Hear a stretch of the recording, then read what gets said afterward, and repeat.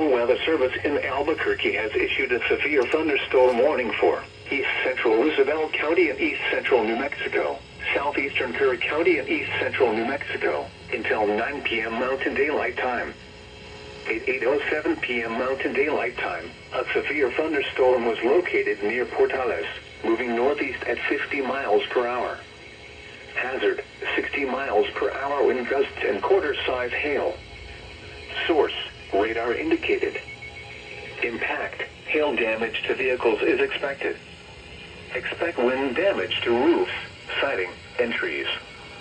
Locations impacted include Clovis, Portales, Farwell, Sixico, Dora, Cannon Air Force Base, Arch, Oasis State Park, and Pelletier.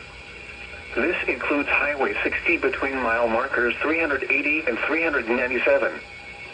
For your protection, move to an interior room on the lowest floor of a building. Repeating, a severe thunderstorm warning has been issued until 9 p.m. Mountain Daylight Time for the following counties in New Mexico, Curry, and Roosevelt.